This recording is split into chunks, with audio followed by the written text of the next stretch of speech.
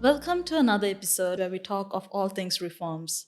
I'm Tirani, and I'll be your host today. And joining with us is our guest, Mr. Larry George, the Managing Director of Oxywater. So, to give a small introduction of our guest, his company, Oxywater, have gained recognition for exporting oxygenated water from Sri Lanka to other countries like Dubai and more. He's had first-hand experience dealing with the intricacies and challenges of international trade process in Sri Lanka, and we are eager to tap into his wealth of knowledge. Throughout his journey, Mr. Larry has only navigated the ups and downs of trade, but also has been a vocal proponent of transparency and ethical business practices and the importance of rectifying some of the shortcomings we are going to discuss today. So, welcome, Mr. Larry. We are delighted to have you here with us today and to discuss on these crucial topics. Thank you very much, Tirani. Pleasure to having me here. Okay. So today we are delving into a topic that resonates with anyone involved in the import and export process. And this topic is corruption, inflexibility, and business difficulty. So it's a subject that affects not only the bottom line, but also the very fabric of how international trade is conducted in Sri Lanka. So join us in this informative and thought provoking journey as we uncover the stories, the frustrations, and the potential solutions that help trade in Sri Lanka. So, whether you're a seasoned trader, a business enthusiast, or just someone curious about the hidden mechanisms of Sri Lankan commerce, you're in the right place. So, let's get started. Yes. So, Mr. Larry, can you kindly, briefly, maybe explain us the nature of exporters and importers in Sri Lanka? So, as far as I understand, these customers or clients of Sri Lanka Customs and the Ports Authority often struggle with a negative attitudes towards these entities. What's the exact image like? Yeah, we'll divide like this. When it comes to exporters, the exporters are the heart of this country. They are the main key people who bring down the revenue to our nation. So, second part is the importers. Importers having a different playground. Maybe they are directly involved with exporter, like because they import and re-export, or they bring down materials for exporting purpose. And also there are traders are involved as importers, intermediaries also. And also there are another parties involved who are here in Sri Lanka, but they do trading country to country as well. Yeah. So these are the key three things that we can talk about. Okay, so can you tell me more on like why are they very negative towards the customs and towards the ports authority? Because oftentimes, whenever I interview, they tell me that here there are a lot of issues. These people are putting so much of restrictions, telling me to bring all these documents. What are your thoughts on that? Yeah, it's like this actually. There are plus and minus both. Yeah. So when it comes to customs department of this nation, it is the eyesight of the country. They are the people who watch full time. I mean, they are alert of what is coming into the country and what is going out to the country, out from the country. So it is their responsibility screen what is coming in, what is going out. So therefore, custom department is a must for any country, and also they have their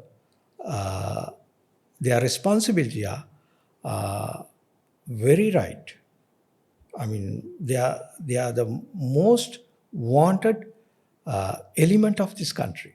Definitely. Yeah.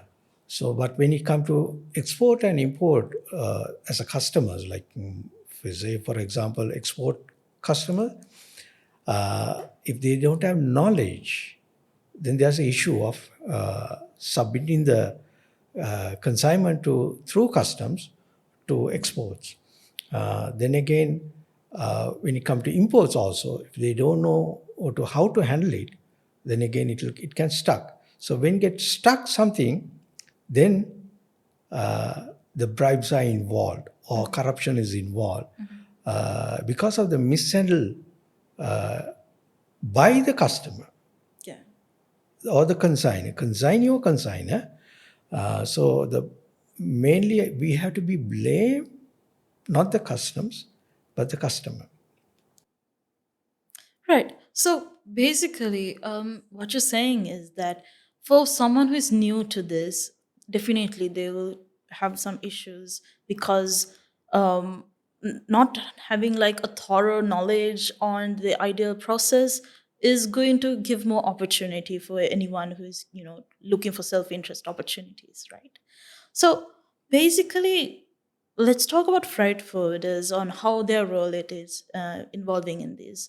So basically, I have seen how customers, instead of trying to learn the entire process, they try to depend with the freight forwarders and try to get the process done somehow. So what I say is that these freight forwarders, in some cases, also can have the opportunities to take up, the advantage. But there are some places where they correct, they advise these customers. Still, there's a lot of loopholes over here. Do you have any experience where you can share with us on that? Yeah, my experience mean my whole life is related to shipping and logistics. Yeah. Over 25 years. That's why I'm very confident to talk about this. When it comes to uh, custom brokers part or the freight forwarders part, if the exporter or importer not eligible to handle, Okay. if they are not fit enough to handle, then they have to depend on the freight forwarder. I mean the custom broker. I mean we are in Sri Lanka. We are not using the team custom broker. We say wharf department or wharf assistance. Yeah. So the freight forwarder who's having that department in their hand. I mean that handling area in custom brokerage. So they are more related with customs department with their eligibility. So they are trained and groomed to handle that part. Okay. Because we are in Sri Lanka, we have a act to learn of custom procedures, documentation. So the I mean, if you, for example, if you have to export tea, we have to get the prior approval from the tea board, right? So like that, so they train basically, and they issue a certificate, and also they issue a identity. Uh, I mean that you're saying that you are eligible to work with us. Okay. So that is what it's needed. But then again, It's more like a license in a way. it is a license, Okay. the license holders. Then again, direct exporter or importer also obtain the same thing, and they do independently as well. Okay. Right. So, is this the license where you get from the import control license? Is that the one that we are talking about? From the customs department itself. Okay. Right. So Okay. they train, they bring trainers. There's a course period, maybe about 6 months, I remember. I have also done that. So on that, they show certificate. All right. So, as far as I know, I mean, the freight forwarder, since for a customer to go through all this training, I mean, 6 months is a long time itself to learn the entire process. I don't think it's even sufficient to learn from A to Z the time for 6 months. Still, if I were to list down on what the freight forwarders have, what their role are, mostly you can say where they play a pivotal role in international trade process by handling various critical tasks, which is submissions of custom documentation.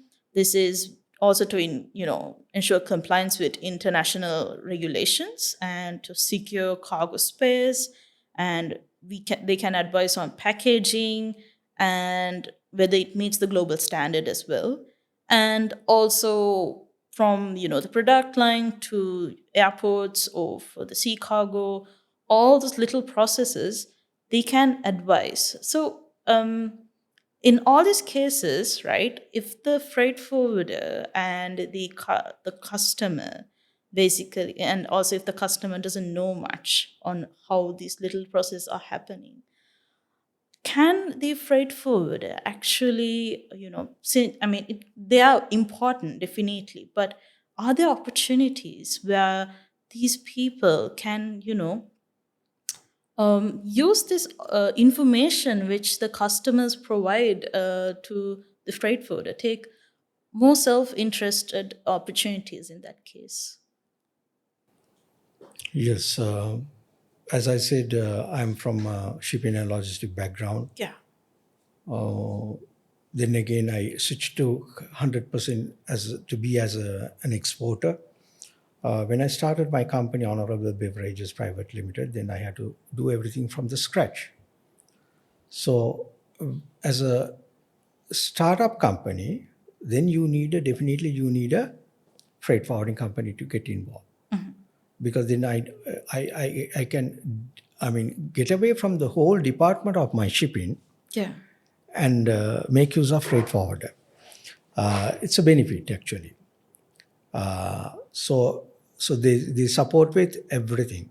Like when we give initial packet list invoice, they will, from there onwards, they will take over everything Yeah. until the shipment reach, even up to consignee's doorstep, right?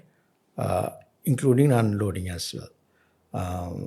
So we need freight forwarders. Then again, if we are a mass scale exporter or importer, then we can train our staff to handle this. Okay. And but we need a department for that. We need basic a manager, wharf clerks, skilled work class, runners, because it's a department actually. Then again, now since 1990 to now, there's a huge change has happened, right?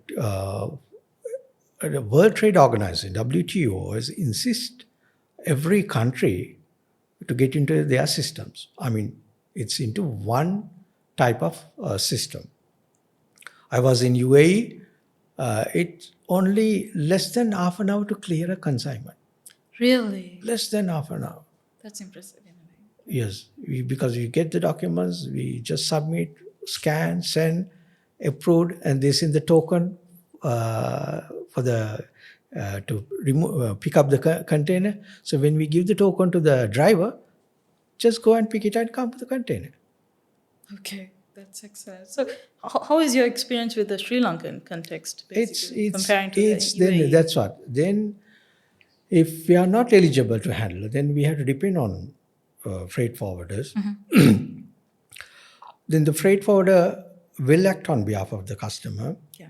So then again, not the company, maybe individual person can mess up, can mishandle, and they will never take the blame upon them. So they will always say, customer. They point out, customer, you have not given the proper document, or you have not informed me. Either there is some error has been always occurred.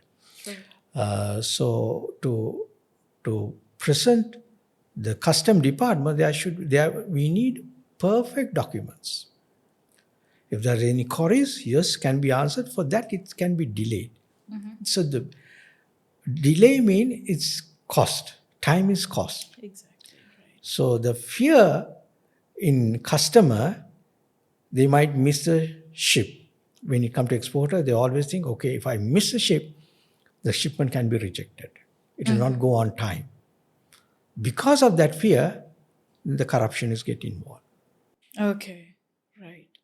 So that in that case where the customers will be like, if you can just take this amount and send my shipment out, I'll be good. Some situations like that. If Yes, okay. it is like our majority. Majority mean percentage wise 99.9%. Okay. The mindset is to give bribe and send the shipment, or give bribe and bring in the shipment. Whether products are genuine or not, the mentality of the export has been trained and groomed for that. And for example, when I started to work, that particular company, I can say, it can since I work, proudly I can say, they never allowed me to bribe customs. They never allowed. So therefore, we were trained not to give bribe. Okay. So it is for me to give in a bribe is very unethical thing. I'm not used to it. I cannot do that. I don't have strength to do that. I don't have strength to offer.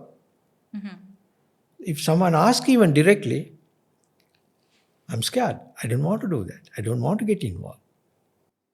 Okay. So, this, people coming into corruption, you mentioned about fear.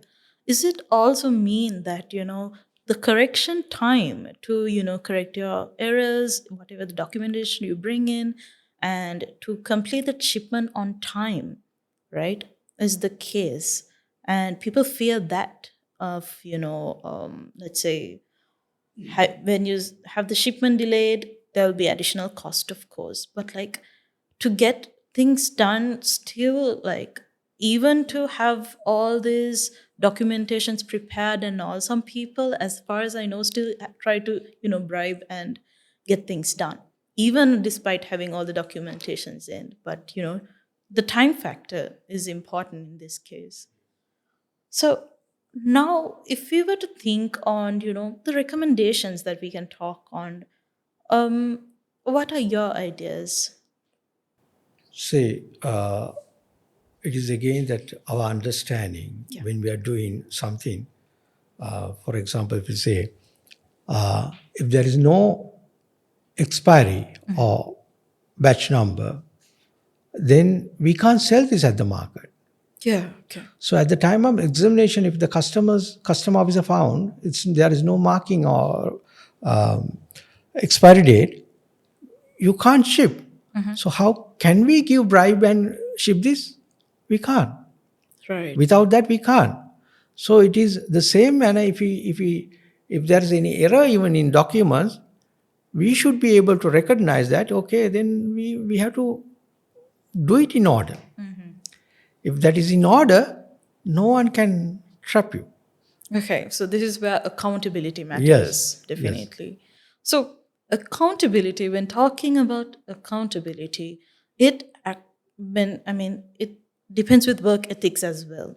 So, when it comes to work ethics, people should be responsible for what they're doing, their actions. So, it could be anywhere actually, not only customs, right? So, basically, I think you have more experience on what needs to be talked on this. So, if you can share on what needs to be done in Sri Lanka when it comes to getting this accountability fact, work ethics into the people's mindset. Yeah. Then again, I worked initial period when you promoted to ordinary clerk or a supervisor to executive level, they give a book, Okay. code of ethics of the company. Right. Okay. So we take that book. We never read that honestly. Okay. We never read that. But the same thing what is in that book being maintained in that company. How comes?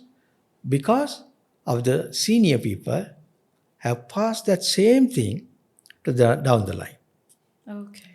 right? So one day if I do a mistake and if I go and stand up in front of a managing director or directors, if I say I don't know, you're fired. Right. Okay. So we should know what is in that, So right? the fear is there, fear of getting, Yes, losing yes. your job. I mean, then again, it's again self-respect. If I said I don't know, it is the worst thing that I can say to a company. Definitely. So it's a private company, I'm pretty sure you're mentioning of. So when it comes to fear of losing your job, I think when it comes to government institutions, that's the whole way around. And most people don't have that fear, which is why they're mostly flexible in their work schedule more in many cases. But the fact that people should have accountability and all this, it's also mentioned in the recent IMF report that the code of conduct has to be updated. There should be another internal investigation unit where these people have to be constantly checked on their KPIs, their performance, to improve the customs area. Yes. Yeah. Now, see, when it comes to government authorities or officers, Yeah. they should have more. There are more conducts. I mean, ethics are Yes. involved. Policies are involved. Rules are involved. Regulations are involved. Because they earn out of public money, Taxpayers. taxpayers. So it's like a public company. So public company, when it comes to public company, a managing director or a director, they even go and behave in an unwanted manner. Right. They are accountable for the whole public when it comes to public liability company, right? So it is much greater when it comes to the government authorities or the companies. They have more ethics, Okay. more regulation, more rules. But So it's also whether they are following all that is also a question. this is what we got to keep training them. Now, for example, if I say uh, if there is any workshop with custom officers, they won't attend. Okay. If they don't attend, how they get the training, how they get the mentality to Exactly. support the community, right? uh, so like for example, then again, if we say export and imports, they give priority for exports but not much on imports, because the imports can be cleared next day. If they time off today, okay, they can go for next day because Right. it's arrived already. Yeah, I also heard stories on how customs or in the SL port authority has support exporters more than the imports, right? So basically, what I've heard is that so in for imports, most of the process, all their functions are involved with the Sri Lanka Port Authority. And for exports, it's not that the case. They have access to customs. Can you tell me more on your experience in that case? How it worked? Yeah, when it comes to exports, there is a bit of grace because we earn out of exports mainly. Yeah. So this nation, so that message has passed through down the line. Yeah. So even custom officers, they show grace on it. They might even ignore the mistakes Oh, and right. allow yes, yes. There are incidents. They even might, they know there is issue like this, but still they allow to export because the money has to come in, Definitely. right? Okay, they will warn sometimes, say next time don't do this way, but okay, this time you send it. There's guidance. That's good. Correct. So that has to be there actually. Flexibility then again. So when it comes to import, they are very precise, very rigid. Then again, they are in a comfort zone. Okay, if I didn't approve this today, next day we can do that because shipment is already arrived. So it's but then again, that because of the time is cost, customer want to get this immediately, as soon as fast as possible. Okay. So as soon as they pay the duty, they want the consignment to take it in. But then again, if there is an error, Yeah. the normal word being used, do something and get it. Okay, that's quite unfortunate when you're trying to import and then there's this scheme, right, where you import to export. And in situations like that, it's going to be tough because you're importing raw ingredients in order to manufacture here and then export again. That again, the time factor is affecting in this case. So then, when looking into accountability, like if you're going to talk more on that, I've seen how this is affecting, as you said, the majority of the country where we don't have this attitude. Should we have this in our school syllabuses as well? Like, how do we get this ethics into our thing? Yes, good point that you are speaking of. Then again, I said our mentality, our the self-respect that we earn. Like there are certain things that we earn from our mother and father. Okay. That has to be passed through to the society. But if there is no mother and father to the child, I mean, like This the can happen. that can happen also. So the child has to grow in the, like a stray dog. I'm not disrespecting, but what happens? They have to learn from the society. When the society is not right, then they will learn the wrong thing. For that, as you mentioned on the education, it has to be covered through or the fulfilled through. We have a subject called social studies. That syllabus has to be changed completely. So from grade 6 to grade 10, we have to show in that the vision of the country, the mission of the country, right? The productivity of a person, the respect to each other, love to each other. All this being educated within this, and even human fertilization process. That Yeah. we all were uh, uh, we come from a father's body to mother's body with billions, 300, Yeah. 300 to 400 millions, right? So when it's a race actually. It's a 72 hours journey, 73 days race. So out of that race, we only you become a champion or me become a champion when we are born. So when we were born, we were already champions, right? Okay. So no one can put us down and say you are nowhere. No, we are. I can say, I mean, half of the popularity we have overcome Okay. when we are born.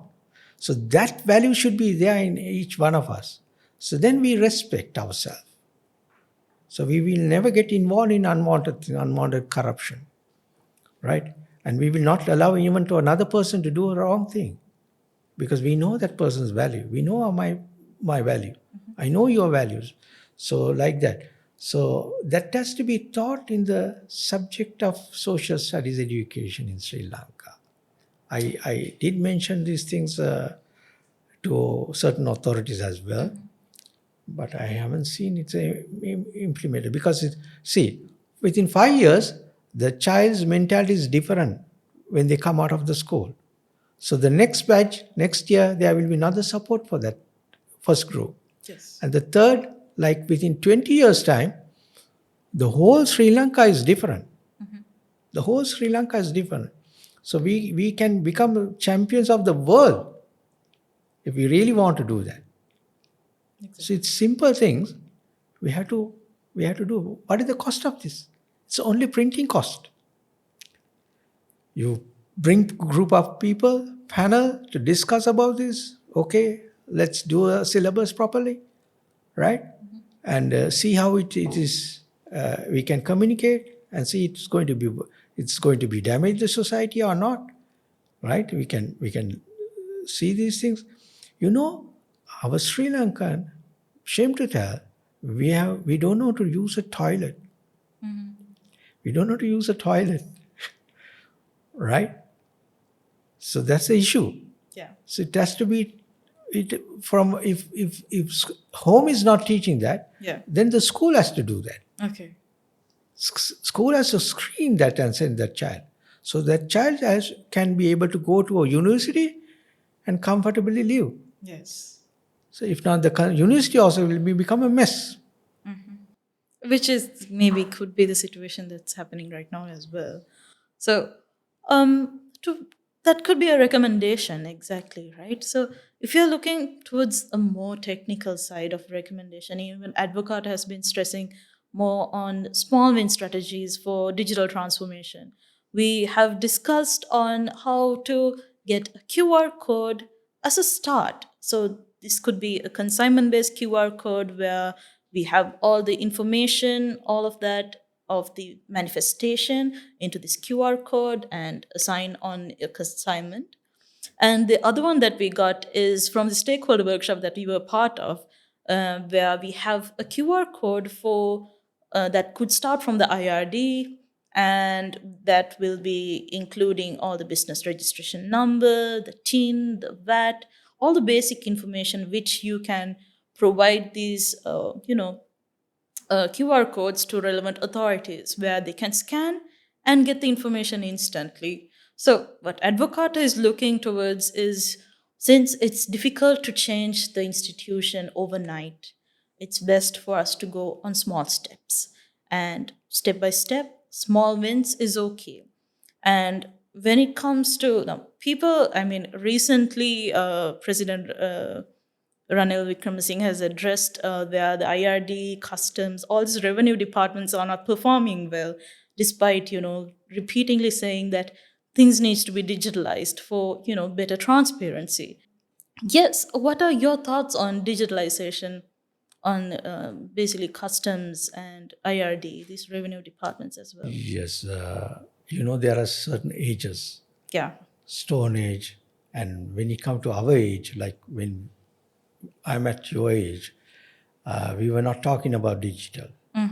We're talking about the systems. Yes.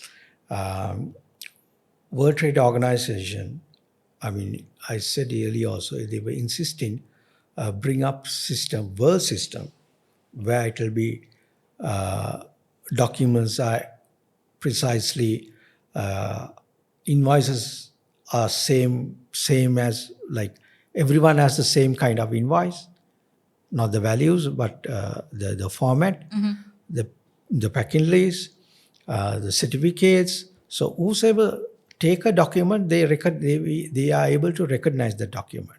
Yeah. Right. So when I started in shipping and logistics, there was a huge format of custom declaration, CUSTIC, huge format. It's like a newspaper, a bigger one. Then it shrunk to a smaller version of that. Then now it's A4 size with 54 points or more. So now we are gradually systemized into we are coming into one by one and filling up this orderly manner, because those days we I mean the exporter or importer, they fill only halfway. Yeah. The quarries happened, right? When the systems get upgraded all the time, the quarries happen, then they got involved with bribes. Okay. Right. Right. When we were involved in shipping and logistics, the bribes are not involved much. I understand. Okay. We just do our job, that's all. Good job. And we want to go home soon. As soon as possible. Yes, as soon as possible. So we were educated well about export values. So we respect exporters. We have a lot of working ethics. But now we are heading towards an age called AI. Right? Yeah. So it is good, and also it's very bad. Good is because we are going to, I mean, we are going to systemize everything. Even a rupee of you cannot spend without indicating into the system. Yeah. Yeah. So whatever that you have, okay, we'll say 100 rupees you have. If you want to give it to me 50 rupees, you will declare that into the system and give it to me, that 50 rupees. And I will declare, I have to declare, okay, I got 50 rupees from Tirani. Right? Okay. So I cannot even spend a cent or rupee without updating the system. Right. So everything is visible. No black man is involved. Okay. One day, a country will call, okay, they will say, sir, your money is with us. Please take this money to your country. Either you pay the taxes or no before such a date, or you take it to your country. Yes. So if that person had to bring that money into our country, then he had to declare how it comes to his hand. Indeed. That's a perfect image, Yeah, yeah, basically, to yeah. have. That's what I'm also watching the country, the current situation. Maybe any politician or any business work ethics, one day they all going to get trapped. Surely they are all going to get trapped, Okay. right? So the AI is so much, it's moving very fast. It is trying to rule everyone, the whole world, right? It is only had to link country to country, that's all. But it's very dangerous as well. There is no security. Though it says security, there is no security. There are limitations to what security can be defined in that space. Yes. Now, the wars are happening now. It because of there is no AI is involved much. But when the AI is involved much, every person is detected. Okay. You cannot hide underground or anywhere you are detected. So there is some aspects of AI which the law is using, and it's not regulated because they haven't mandated. Where the UN also talks more on it, and it's still in discussion where these mass destructive weapons are, whether they can use AI or not. But all this time where AI is being used, it's not being regularized, but it's considered illegal. But things are still happening. So, if we are coming back to Sri Lanka, we've gone to wars as well, right? Yeah, and I think we can come up with we can end this basically. We can come to an end of our discussion that we have our recommendations. We did talk on how corruption happens, how inflexible the current situation is, and how difficult it is for businesses. So, as key takeaways, I can tell you something like this where normal customers are heavily reliant on freight forwarders, and how wharf clerks and all can, you know, uh, appear and can have self-interested motives, but they are still important individuals. And to this, customers have to have a thorough, knowledge so that they don't get involved in these loopholes. And for this, it's best that we mandate the work ethics, update the code of conducts of basically of these revenue departments, and for to increase the ease of doing business in Sri Lanka. So thank you so much, Mr. Larry George, to be present here to talk about your journey, your experience, and also the issues that are needed to be addressed in this country. Thank you so much for being here. Thank you so much. My pleasure again. Okay. Thank you for our audience for joining into a conversation, and follow us on all our Advocata platforms. Thank you. If you are interested in seeing more content like this, don't forget to like, subscribe, and follow Advocata on all social media platforms to never miss out on our latest content. Consider supporting Advocata by becoming an individual subscriber. Gain access to our weekday media monitoring of economic news, exclusive Advocata events, and more. To learn more, visit us at support.advocata.org.